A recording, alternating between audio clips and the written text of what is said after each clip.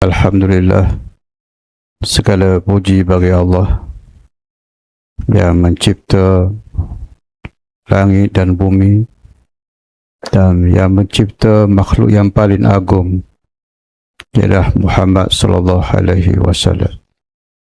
Daripada alam nur sehinggalah kepada alam nyata dan menjadi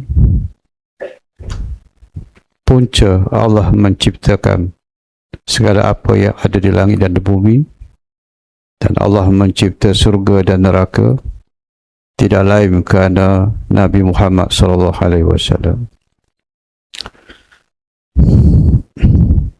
Para keluarga yang dikasihi, yang paling penting utama ialah kita mesti mencapai rohani kita kepada nafsu mutmainnah.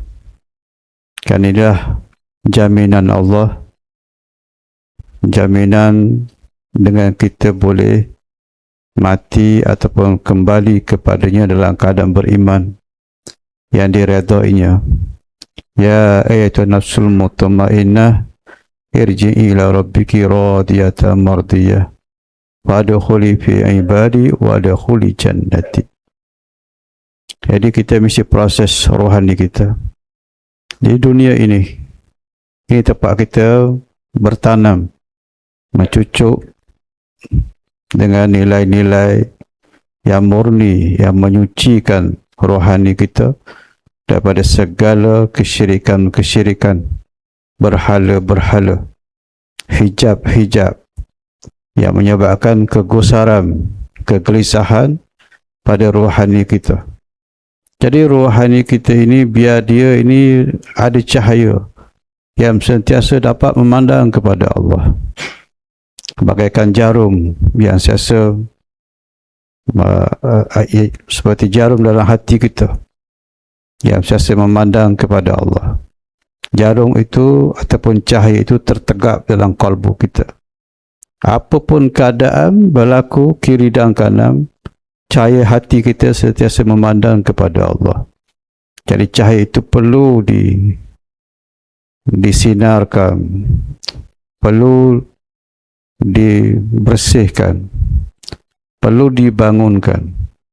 Kerana apabila kita sentiasa memandang kepada Allah, maka tidaklah kita terlarut ataupun terperangkap dengan apa yang berlaku di sekeliling kita. Ya, akan berlaku kesusahan, akan berlaku kesenangan. Itulah merupakan perjalanan kehidupan kita yang Allah telah tetapkan dalam ujian-ujiannya. Pasti kamu akan melalui kesedihan, melalui kegembiraan, melalui kenikmatan, melalui musibah, melalui segala bentuk-bentuk warna-warni dalam kehidupan ini. Namun yang paling penting ialah jangan hati kamu berpaling daripada Tuhanmu. Pandanglah kepada Allah. Inilah tauhid syuhudi, tauhid cahaya hati yang ditekankan kalangan sufi. Bukan sekadar tauhid ilmu pengetahuan, tapi tauhid yang memiliki cahaya hati memandang kepada Allah, yang disebut oleh Imam Ghazali ketajaman mata hatimu dalam memandang pada Tuhanmu. Ini perkara yang pertama yang sentiasa kita kena bangunkan melalui zikir, melalui ibadah, melalui akhlak-akhlak yang mulia, dan menjauhi daripada makanan-makanan yang haram, yang syubhah, agar cahaya hati itu dapat dibangunkan. Segala dosa-dosa yang dilakukan perlu ditaubat segera. Segala kesalahan menjadi hitam, menjadi hijab. Segala cahaya itu tidak dapat dibangunkan dalam kalbu kita. Dan butalah kita dengan Allah. Bila kita buta dengan Allah, terperangkaplah kita dalam kehidupan hari ini. Susah, terasa susah. Dan kita akan menjadi orang yang takut dengan kesusahan. Dan bila diberi kesenangan, kita menjadi orang yang terlalai dengan kesenangan. Jadi untuk mencapai itu ialah dengan membersihkan diri kita dengan zikir yang kita pelajari, yang kita terima. Semua zat Allah, Allah ataupun la ilaha illallah itu saya dihadirkan ke dalam hati kita. Yang kedua ialah berakhlak dengan akhlak yang mulia, kerana orang yang paling hampir dengan Nabi SAW di akhirat nanti bukan orang alim, bukan orang banyak ibadah, tapi orang yang akhlak yang mulia. Itu yang dekat dengan Nabi. Ya. Begitu juga dengan tadi, yang awal tadi. Bukannya kerana ilmu kamu menyebabkan kamu boleh mati dalam 2 kalimah syahadah. Bukan kerana ibadah banyakmu sehingga kamu dicintai Tuhan sehingga mati 2 kalimah syahadah. Tiada jaminan. Yang dijamin itu adalah nafsu kamu yang bersih, yang disucikan sehingga mencapai mutmainnah. Jadi mutmainnah itulah kita nak mencapai Mekah. Mahabbah, akhlak mulia itulah Madinah. Yang ketiga adalah pemikiran kita mesti bersandarkan wahyu. Sentiasa melihat apapun dunia melalui pandangan wahyu. Jangan melihat dengan pandangan mata kita, jangan melihat dengan pandangan nafsu kita. Timbullah tadi dalam kehidupan kita hasad, dengki, takabur, riya, ujub dan segala sifat mazmumah ini kerana kita melihat dunia dalam pandangan kekotoran batin kita tadi, ya, dengan kekotoran nafsu kita, sehingga timbullah riya apabila kita mendapat benda-benda yang baik. Timbullah dengki apabila melihat orang lebih daripada kita, kerana kita tidak melihat dalam bentuk aturan Allah, kita melihat dalam aturan perasaan kita. Jadi perasaan inilah yang menyebabkan kita berpecah belah, yang menyebabkan krisis-krisis yang ada. Inilah manusia tidak dapat mengawal perasaannya melalui wahyu, melalui pujukan-pujukan kata-kata Allah dalam Quran. Mereka tidak menjadi kalam Tuhan, itu kalam yang mereka pasak benar-benar ke dalam diri mereka. Mesti mereka pasakkan kata-kata Tuhan sehinggalah setiap kalam itu dihafal, dipahami dan dihayati. Satu ayat, satu bulan dia dihafal satu ayat ini. Ini ayat berkaitan dengan ketauhidan. Ayat ini memujuk perasaan dia. Dia hafal ayat itu. Satu ayat. Dia faham, dia tadabbur. Satu bulan, satu ayat dia hafal, dia faham, dia tadabbur. 2 bulan dia dapat 2 ayat. 3 bulan, setahun dia dapat 12 ayat. Kadang-kadang kita cukup 20 ayat Quran untuk kita hidup sekarang. Apabila kita hidup dengan Quran, apabila berlaku satu permasalahan, ayat Quran itu akan datang dalam kalbu kita, menenangkan kita. Allah berbicara kepada kita langsung. Berlaku permasalahan, terus datang innallaha ma'as sabirin. Bicara Allah itu sampai ke dalam kalbu kita, kerana kita telah menghayati bicara Tuhan itu. Jadi ambil bicara Allah dan kau tulis yang mana ini, oh ayat ini betul-betul menyentuh hati. Hafalkan ayat tersebut. Hafalkan, fahamkan, hayati, supaya apa berlaku krisis, ayat itu sudah ada dalam diri kita. Sebab tu yang ayat dia tekankan anak-anak baik dia daripada darjah 1 kalau di sekolah Al-Ghazali, darjah 1 dia mesti hafal ayat apa.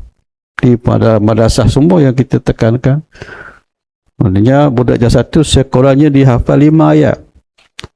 Darjah 2 mesti hafal 5 ayat. Kalau dia sudah belajar 6 tahun ataupun dia sudah 12 tahun, dia dah ada berapa ayat situ yang menjadi pegangan. Bukan dia hafal macam orang tahfiz Quran ni, dia hafal saja, kita tak tahu apa. Bukan, hafalan untuk menjadi pegangan dia. Dia hidup dengan Quran, dia hidup dengan ayat ini. Ya. Ayat ini yang menenangkan jiwa dia. Umpamanya ayat 1000 dinar.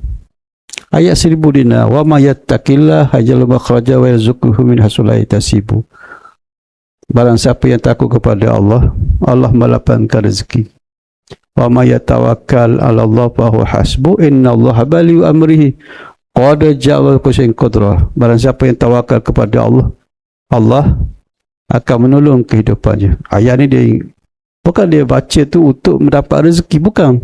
Inilah ayat dia. Ayat ini Allah letak dalam surah At-Talaq. Talaq ayat 2. Kenapa Allah letak ayat ini dalam surah At-Talaq dalam ayat 2? at-talaq ialah berlakunya perceraian. Kerana Allah memberi pujukan kasih sayang pada para wanita. Wahai wanita-wanita yang ditinggalkan suami, suamimu tinggalkan kamu, jangan kamu takut. Wa may yattaqillah, kalau kamu takut pada aku yang melapangkan rezekimu. Wa may yatawakkal, tidak ada dah orang percaya kamu, tidak ada dah orang yang mengambil urusan kamu. Wa may yatawakkal, kamu serahkan dirimu padaku, aku akan menguruskan kehidupanmu. Maksudnya Allah memberi motivasi kepada wanita-wanita yang ditinggalkan suami. Itu ayatnya. Jadi semua itu menghiburkan jiwa-jiwa sang hamba ini yang memerlukan ayat kalam-kalam. Dan kalam siapakah yang paling memberi ketenangan, membahagiakan dirinya? Tidak lain bukan kalam dari Tuhannya yang menciptanya. Jadi Tuhan mencipta kita, menghadir ke dunia kita ini, disiapkan dengan kalam-kalam yang akan memberikan pada kita ini kalimah-kalimah yang memberi kekuatan dan ketenangan dan hiburan. Itulah peranan Quran di dalam kehidupan kita. Ya, mesti kita pahami Al-Quran lah diri kita, kalam Tuhan bicara kepada kita untuk menjadi kekuatan kita di dalam perjalanan hidup ini. Sehinggalah dimulakan Quran dengan A'udzubillahi minasyaitonirrajim. Kamu hati-hati di dunia ini, kerana musuh kamu yang besar itu syaitan ataupun iblis. Ini yang akan menyesatkan kamu daripadaku dan kehidupan kamu. Kalbumu, pemikiranmu akan sesat. Dan dibawa lagi dengan Bismillahirrahmanirrahim. Kalam yang berbicara tentang sifat dia yang pengasih dan penyayang. Jika tidak ada manusia menyayangimu, tidak ada, kamu jangan bimbang. Tuhan tidak pernah berubah cintanya kepada kamu. Jadi ini yang perlu hadir dalam kehidupan kita. Quran dibaca. Walaupun satu ayat satu hari pun, walaupun satu bulan satu hari, tapi faham, hayati, tadabbur lebih bagus daripada kita baca dengan tidak ada penghayatan dan kepahaman. Jadi itu yang dimasukkan dengan pembelajaran tauhid, adab dan Quran menjadi kehidupan kita.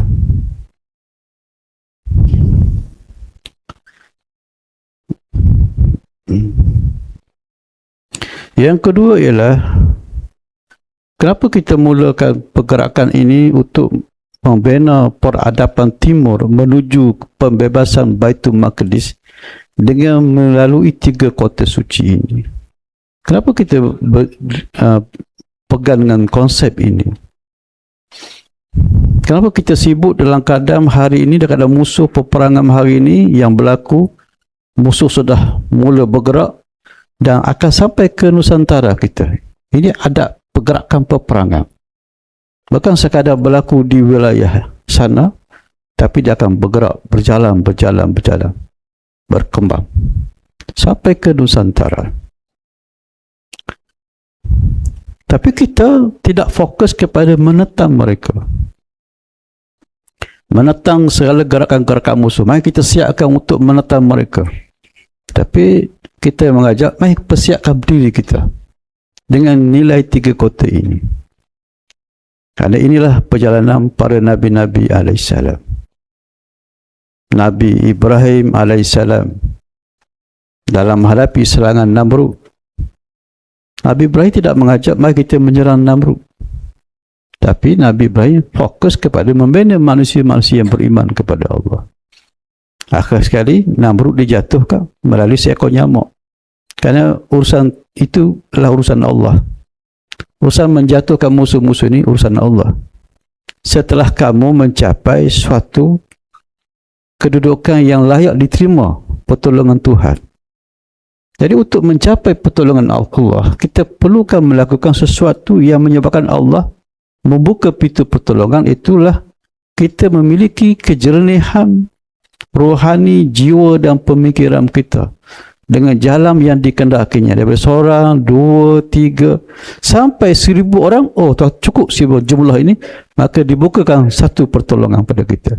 Cukup 3,000, dibukakan 2 pertolongan. Cukup 5,000, dibukakan lagi 3 pertolongan. Jadi pertolongan itu akan dibuka pada kita mengikut kekuatan iman, akhlak dan kejernihan pemikiran kita. Jadi kita menghadapi musuh dengan membina kekuatan. Begitu juga Nabi Musa AS, dia tidak sibuk mengajak memerangi Firaun, dia sibuk berdakwah, bina manusia. Tapi Firaun dijatuhkan oleh Allah melalui laut. Bukan Nabi Musa yang menjatuhkan Firaun. Jadi kita tak mampu nak menjatuhkan musuh yang telah memiliki segala kekuatan. Allah yang akan menjatuhkannya melalui proses pertolongan Tuhan disebabkan pembinaan kita ini dengan pembinaan insan, pembinaan diri. Ya, yang dia kata gerakan. Sebab apa? Kerana kita fokus kita tidak sama seperti orang lain. Pergerakan ini ialah pergerakan yang meletakkan hubungan dengan Allah dahulu yang mesti utamakan, barulah masuk strategi. Strategi itu jatuh nombor 3 bagi kita. Strategi perancangan, strategi pergerakan, strategi mengumpulkan kekuatan ketenteraan. Sebab itu dalam Quran disebut, segi perang ini, kamu ada apa pun tak apalah. Sediakan apa yang ada pada kamu. Kalau kamu ada perpah kerma, bawalah perpah kerma. Bermakna persiapan zahir ini bukan persiapan yang penting. Kerana kekuatan Islam bukan pada zahir. Kekuatan Islam adalah kekuatan rohani, perhubunganmu dengan Tuhan. Bukan bergantung pada jumlah yang ramai, tapilah kekuatan iman. Walaupun sedikit boleh mengalahkan yang banyak. Disebabkan apa? Perhubungan mereka yang 200 ataupun 100 orang ini, kalau mereka solat menggegarkan aras. Kerana solat mereka diterima Tuhan. Orang-orang ini baru boleh menggegarkan, boleh membawa perubahan. Kerana solat mereka itu menghudurkan pertolongan Tuhan. Di langit penuh dengan malaikat-malaikat yang sedang menunggu perintah Tuhan untuk membantu kita. Burung ababil masih wujud, bukan hilang. Masih ada, menunggu. Tapi siapakah mereka yang akan datangnya burung ababil ini membantu mereka? Siapakah, golongan manakah yang malaikat diberi perintah Tuhan bantu mereka? Siapakah mereka itu?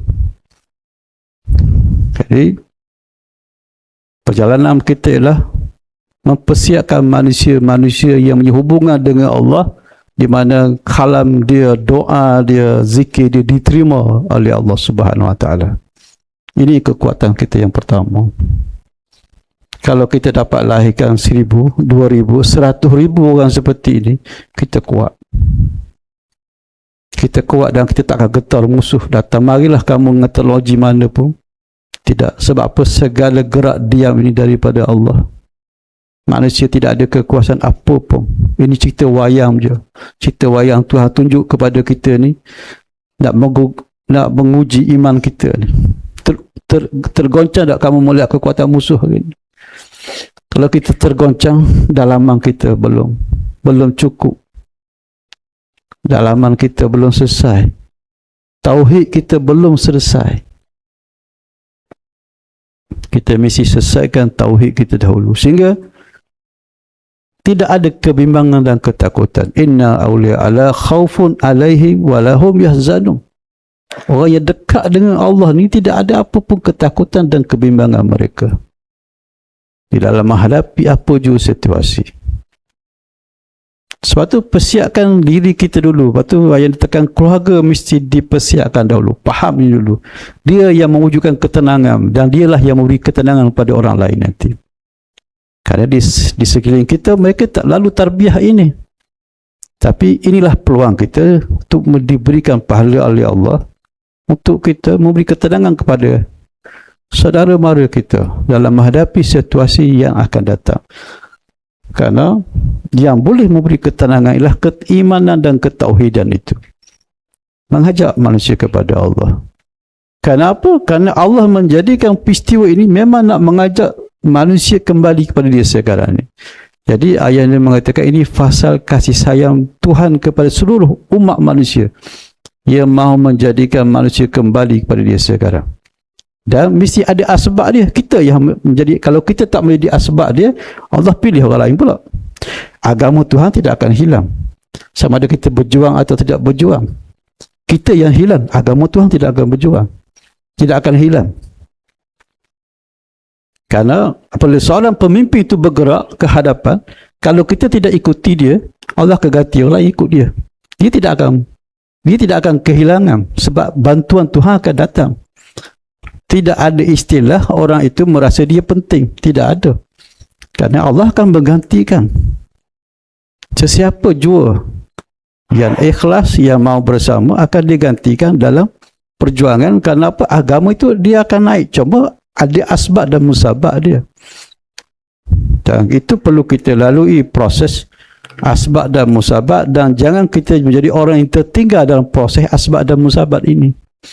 Agar kita termasuk yang dipilih oleh Allah dan kita bangun di akhirat nanti ialah orang yang telah duduk kaki kita, tangan kita berjuang untuk agama dia. Kita berhadap dengan Allah di pada masa nanti dalam membawa kalimah bahawasanya kita di dunia telah menyerahkan di sepenuhnya kepada Allah dalam membawa manusia-manusia kepada Allah. Tidak ada benda yang paling dibanggakan pada hari yang tidak ada guna anak pinak saudara mara kamu, mereka iman kamu, mereka amalan kamu.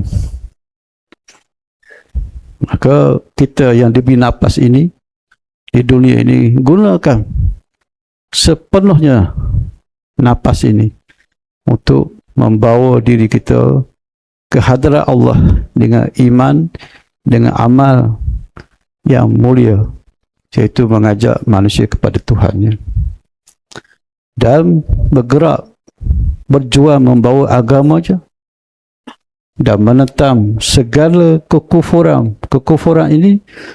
Kalau ayahnya guna bahasa ialah bukan bahasa menentang kekufuran dalam bentuk membunuh orang, itu menyelamatkan manusia daripada kekufuran. Kita bergerak mengajak manusia kepada iman dan menyelamatkan manusia daripada kufur. Bukan memerangi kufur, menyelamatkan manusia daripada kufur. Supaya orang-orang kafir di hadapan kita, walau musuh sekalipun, aku nak selamat kamu daripada kekufuran kamu. Karena yang menyebabkan kamu kufur inilah iblis yang menipu kamu. Dan kami yang telah selamat dari tipuan tadi, aku nak selamatkan kamu pula daripada tipuan tersebut. Bukan sibuk nak memerangi mereka, nak bunuh mereka, kerana mereka juga tertipu dengan iblis. Laknatullah itu. Jadi tujuan kita, pergerakan kita ialah membawa, menyelamatkan manusia daripada kekufuran, bukan memerangi kekufuran.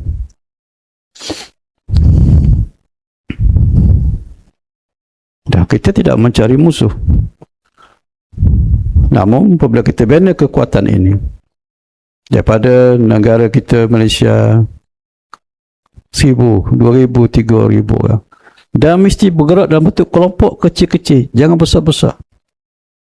Kelompok kecil-kecil. Kalau di fakulti kita, di universiti kita, ada kelompok kecil-kecil buat mengajak kepahaman ini, mengajak balik kepada tauhid. Satu kelompok dah ada situ. Oh, ada 10 orang di situ. Di sini ada 10 orang, sana ada 10 orang. Kecil-kecil 10. Tapi memiliki 3 nilai ini dan diri mereka. Ini semua ini kalau kecil-kecil, tapi semua getaran zikir mereka itu sampai ke arasy belaka. Setiap doa mereka, munajat mereka waktu malam sampai. Ini walaupun tidak nampak pada mata manusia, tapi Allah melihat ini. Telah bergerak satu Nusantara. Kelompok kecil-kecil 10. Orang muda cara orang muda, orang tua cara orang tua je. Orang ulama cara ulamanya. Orang seni cara seninya, pada perubatan cara perubatannya. Mereka semua dalam bentuk pelbagai wajah, tapi memiliki hal yang sama, ruh yang sama, jiwa yang sama, pemikiran yang sama. Dan semua mereka itu memiliki satu keyakinan, kepercayaan dan semangat bahawasanya mereka akan menguasai Baitul Maqdis. Itu semangat yang dihantarkan dalam jiwa mereka. Dan apabila kita telah memiliki jiwa seperti ini, maka Allah akan mengubah suasana yang berlaku di dunia. Kerana pintu-pintu yang tertutup itu akan terbuka demi sedikit apabila berlaku perubahan pada diri kita dahulu. Kerana Allah tidak mengubah nasib satu kaum, melainkan kaum itu yang berubah dahulu. Kita telah mengubah pemikiran kita. Oh, Baitul Maqdis bukannya tempat kita nak membuat kebajikan, bukan tempat kemanusiaan kita sayang mereka dianaya, bukan. Baitul Maqdis ialah negeri kita, tanah air kita. Kalau orang rapah Mekah, Madinah, kita wajib mengambilnya. Itu tanah air kita. Dia bukan milik Arab Saudi, dia bukan milik mana-mana wilayah, negara-negara mana. Dia milik umat Islam. Bila kita tidak ada getaran untuk membebas Baitul Maqdis, bermakna kita belum memiliki kebenaran dalam ketauhidan kita dan akidah kita sebagai seorang umat Islam. Yang wajib pada tanah kamu dirampas, wajib kamu kena mengambilnya kembali. Tapi kalau jiwa kita tidak ada perasaan dirampas pun tak apa untuk mengambil kembali, tidak ada, bermakna di mana tauhid kita? Tanah yang dicaki oleh para Nabi-Nabi AS, tanah yang membawa Nabi Mi'raj ketika Isra' Mi'raj. Itu tanah Baitul Maqdis, tanah kita, tanah yang dimuliakan oleh Allah. Masjid Al-Aqsa, Masjid Nabawi, Masjid Haram, itu masjid-masjid kita. Bila musuh saja masuk, wajib atas kita menguasai dan mengambilnya kembali. Mesti ditanam diri kita dan anak-anak kita, generasi kita mesti ada semangat itu. Semangat Salahuddin Al-Ayyubi, semangat Sultan Muhammad Al-Fatih, mesti dia ada pada diri mereka. Kalau tidak, mereka hidup bagaimana? Apakah matlamat mereka? Apa cerita mereka? Cerita mereka adalah benda-benda yang kecil, benda-benda kehidupan duniawi. Mereka besar nak jadi doktor, mereka besar jadi atau apalah benda duniawi yang betul, kemewahan duniawi. Itulah matlamat kecil yang tidak diberikan kepada mereka. Salah siapa? Salah kita. Kerana manusia, dia bangun, dia hidup dengan pendidikan yang diterima. Bagaimana kita didik mereka, itulah mereka membesar dengan apa yang kita didik pada mereka. Kita yang memutuskan. Nabi kata, kamu yang menyahudikan anak kamu, kamu yang menasarakan anak kamu. Anak kamu suci dan bersih. Ibu bapa yang Yahudikan anak dia, ibu bapa yang nasarakan anak dia.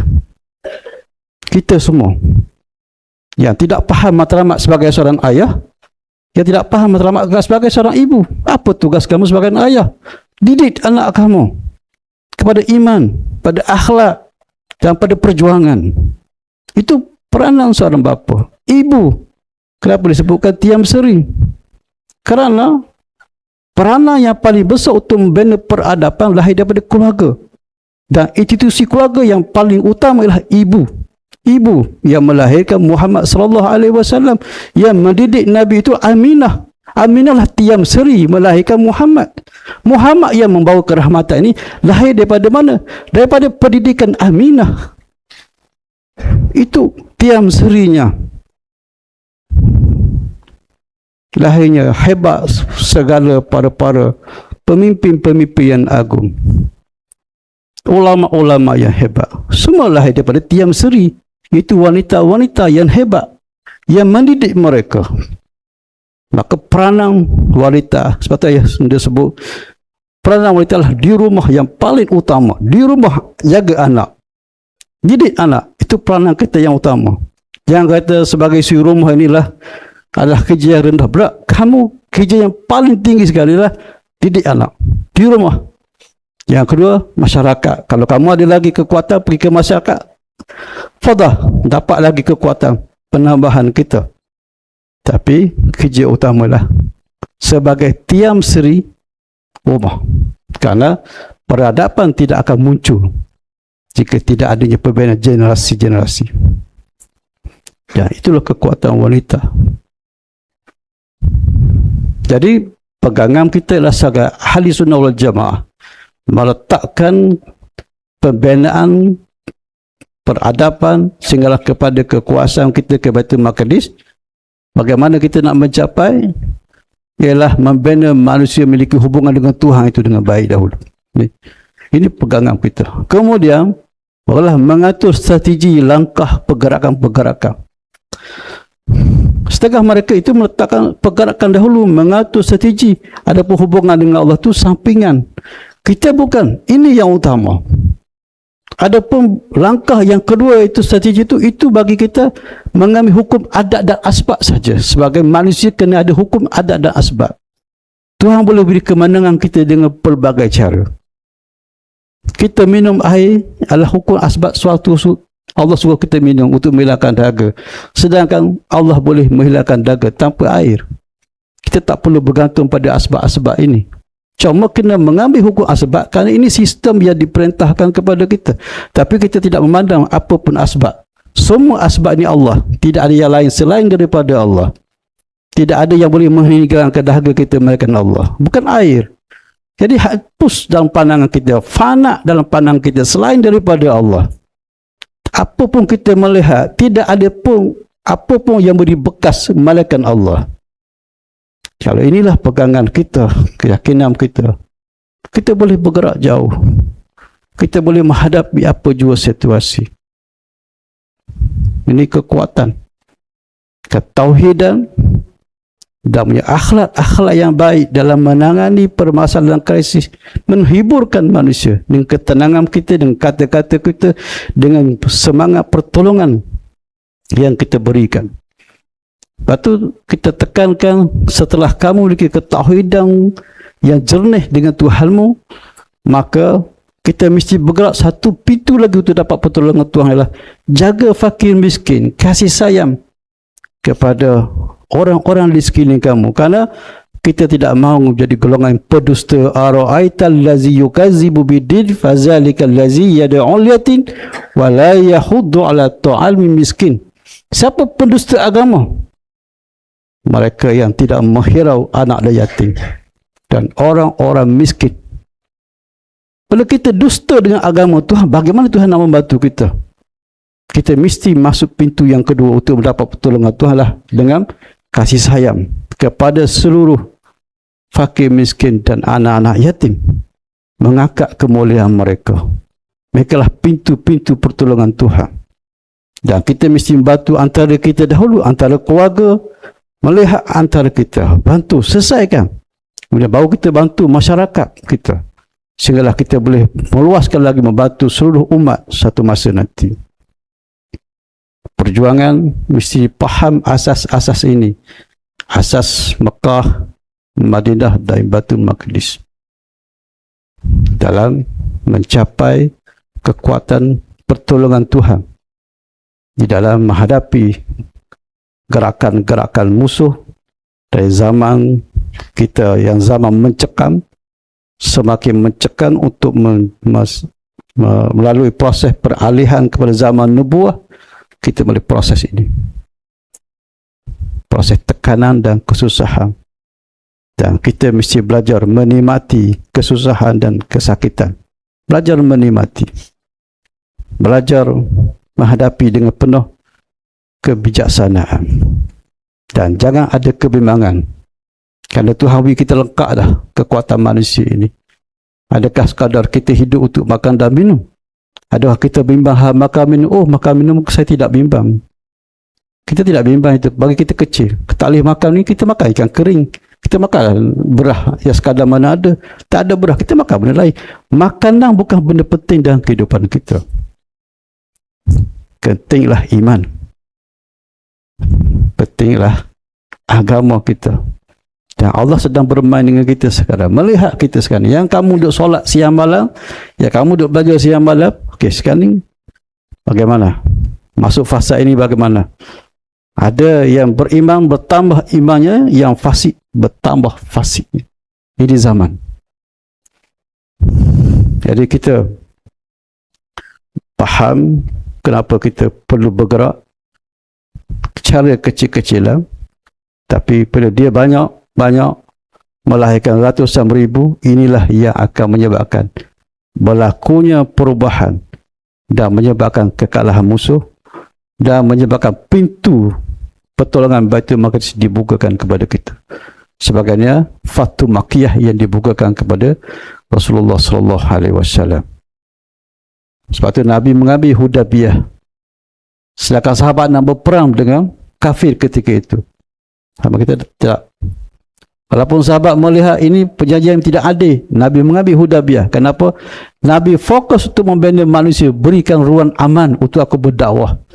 Dengan dakwah itu dapat bina manusia sampai 10,000 orang memiliki kekuatan rohani yang kuat. Pintu Makkiyah terbuka sendiri tanpa melalui perang. Jadi kita mesti mengambil jalan ini. Tapi kalau musuh datang, kita tidak akan lari. Tapi itu bukan tujuan kita yang utama. Kita tidak mau perang. Tapi kalau datang, jangan berundur walau selangkah. Jadi di jalan syahadat, jalan syahid yang Tuhan bukakan kepada kita, jangan undur. Tuhan datangkan syurga kepada kita, jangan lari daripada syurga. Kematian syahidlah syurga. Jangan lari. Terus menuju ke hadapan. Tapi kita bukan menjadi manusia yang menyukai perang. Bukan. Kita bukan orang yang mencintai perang. Bukan. Tapi kita tidak akan undur kerana peperanganlah merupakan pintu surga kita jika datang kepada kita. Jadi moga-moga apa yang ayah dia sampaikan dapat dipahami dan dihayati. Dan itulah tujuan kita bergerak seperti anak-anak kecil, tidak bisik, tidak sibuk dengan program-program besar. Buat yang di sekolah, yang di pejabat, buat. Sehinggalah lahirnya tanpa sedar ribuan orang yang telah kembalikan, membersihkan jiwa dia, membersihkan rohani dia, membersihkan pemikiran dia. Mereka kembali pada Quran, mereka kembali kepada Allah, mereka kembali kepada Nabi mereka Muhammad sallallahu alaihi wasallam. Wallahu alam. Barakallah. Allahumma salli ala sayyidina Muhammad wa ala ali sayyidina Muhammad.